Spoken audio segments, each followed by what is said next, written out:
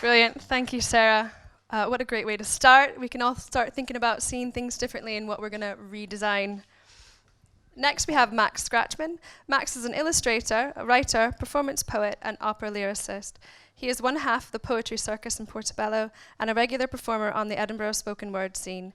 Please welcome Max Scratchmann and his talk titled Seeing the Other Side, or Being an Immigrant in My Own Country.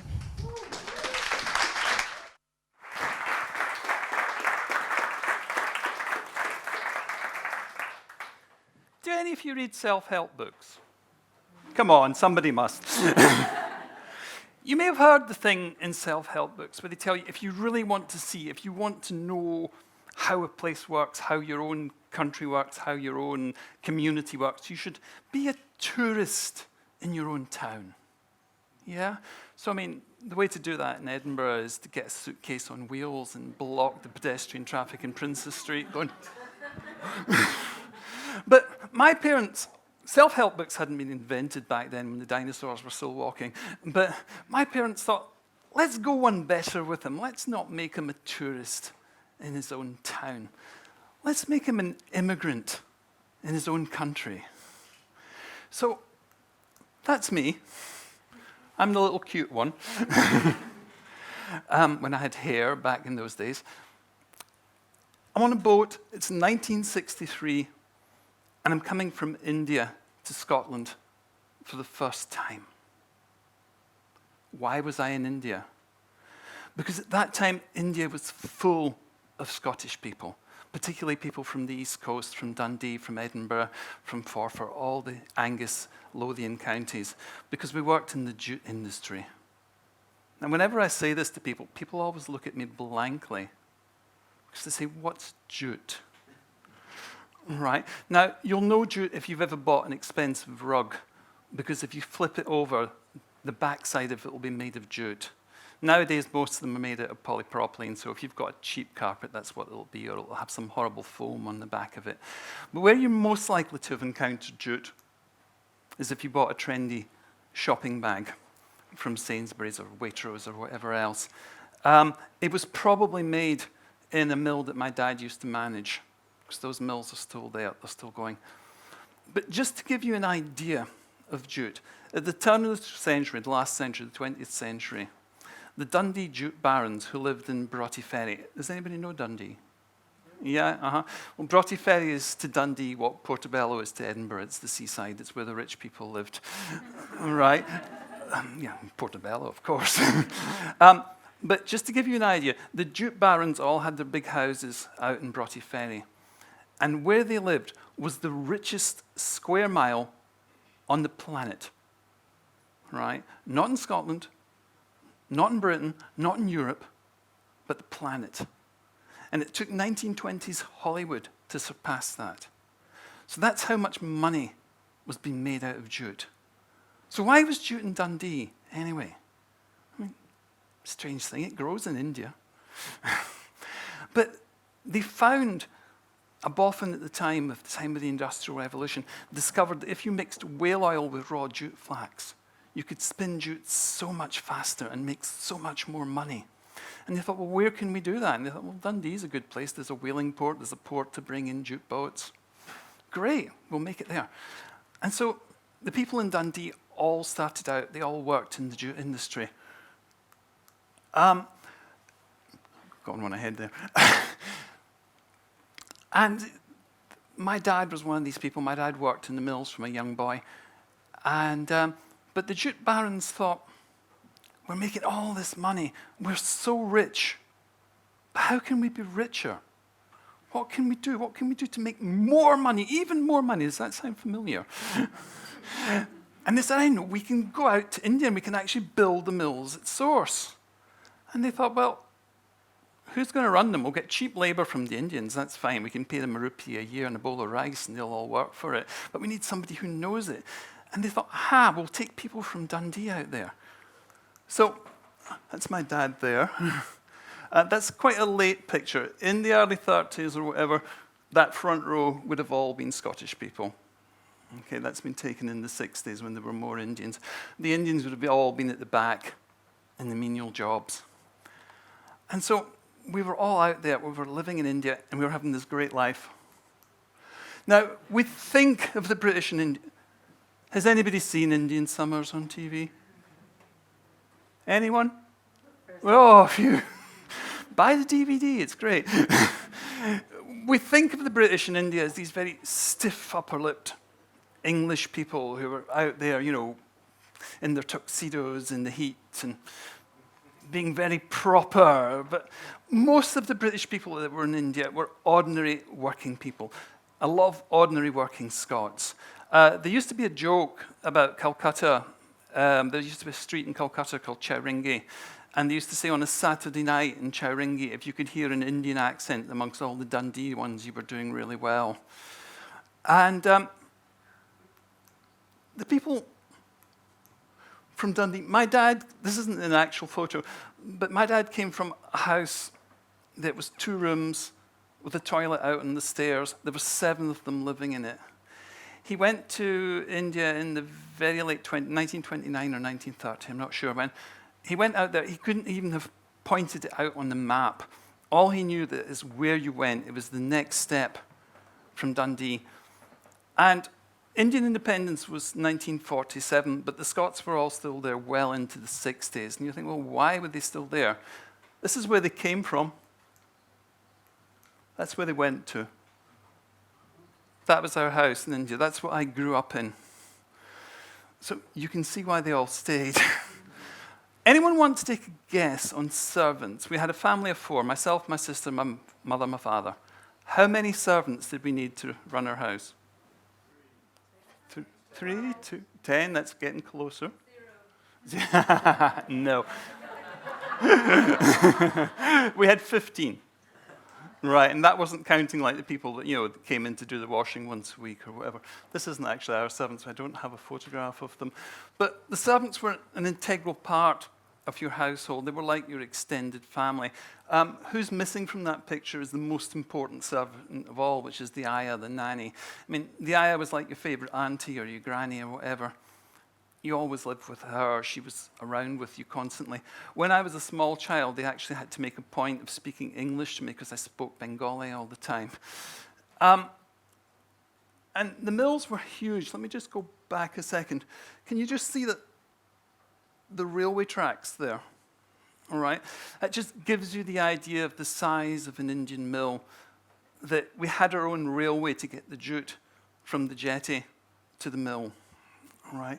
There was actually an incident when I was a small child where the train was chugging along and I pulled the point lever and almost sent it off the end of the jetty. I was not very popular that day. But this particular mill where I grew up, for instance, if you see the riverfront there, was an exact replica of the South Bank embankment on the Thames.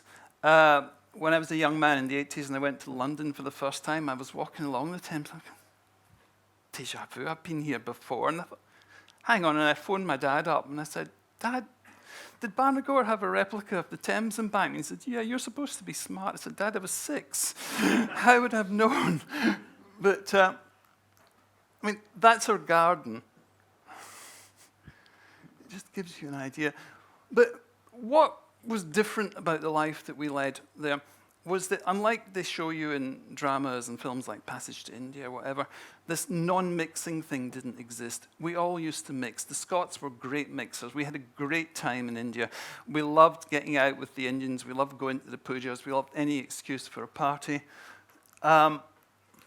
We also used to, every year, have a Caledonian ball where you became very, very popular with all the Indians who all wanted an invite. And it was an absolutely amazing life that we had. So here was me, 6 years old. That's how I'd lived. We're on a boat. We're heading to Scotland in 1963. Now, some of you are sitting there with little handy telephones and Googling away, and you'll know that it was the worst winter since the Second World War. It was absolutely frozen, cold. So that's what I came to. I came from a tropical country to that. I'd never seen snow before. And we'd come along, and we'd got the way we used to go, used to come from Calcutta to Bombay by train, and then that took about 2 or 3 days in the train. You then went in a ship, which took 4 weeks to get over to Liverpool, and then you took the train from Liverpool up to Scotland. And I don't have a picture of it, but that's roughly what the railway tracks looked like. The snow was so heavy, and they'd ploughed the tracks. They didn't stop the trains in those days. They just kept running them. And the snow ploughs had been along, and the snow was up this high over the tops of the carriage. So we just had this journey, which was like going through an ice tunnel because it frozen solid. It was like, Superman's ice castle or something like that. And I thought, what is this place? Where have they brought me? Why am I here?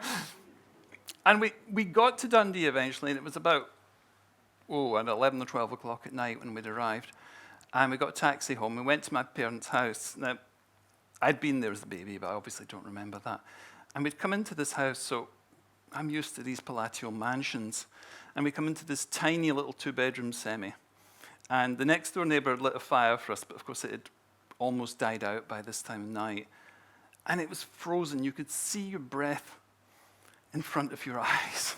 And I thought, what is this? Why am I here? Don't do this to me. And my dad took me to bed, and there was no heat in any of the bedrooms. It was single glazing, no central heating. There was just this little fire. And the bedclothes were wet. And I said to my dad, Dad, when are we going home? He said, you are home. This is your home. No, this can't be home, please. I want to go back home. But I wasn't. I'd come from the wonderful colour, the breath, the scope, the huge scope of India to a place that looked like this. And I thought, what is it? This is awful. I hate it. Please don't let me stay here. And the culture shock of Scotland in the early 60s was just incredible. There was the cold, there was the grey, there was the wet, there was the general conservatism, there was the language. I would go to my dad's aunties and they would say things to me like, "Wish laddie, how are ye and play bend the hoose?"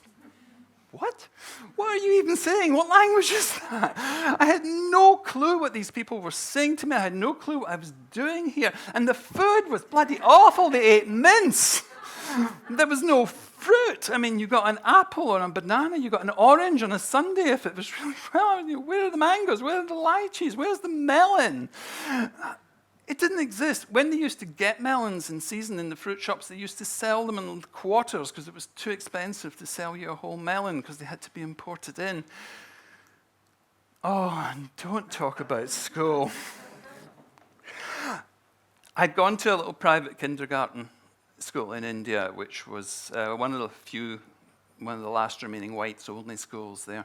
And we used to sit in a little room, and there was like 10 of us in our class, and we used to, in the cooler weather, sit out in the veranda, and there was a huge banyan tree, and we had little desks all painted in nice colours. And it was great fun. School was great. Yay, let's go to school.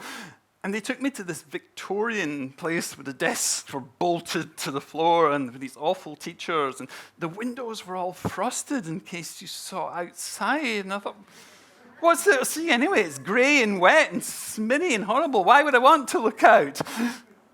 And I had to wear awful clothes. So that was Scotland. That was how I saw Scotland.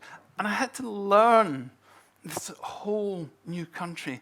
But I feel that as I grew and I got older, that Scotland changed as well. I mean, look at Scotland today. Look at the wonderful election result we just had. We're a vibrant, creative, industrious, wonderful place. And how did we do it? How did we do it? We did it by opening our hearts and our minds. And we looked at the immigrants that were coming into our country, and we looked at the things they could bring. Because without immigrants, there'd be no Indian takeaways, there'd be no Chinese, there'd be no pizzas, there'd be no fish and chips, there'd be no ice cream. All these things were brought here by immigrants. They brought us color, they brought us art, they brought us culture, they brought us their fabrics. I mean, 1930s Britain, everybody wore grey. We weren't a bright-coloured nation. We got that from abroad.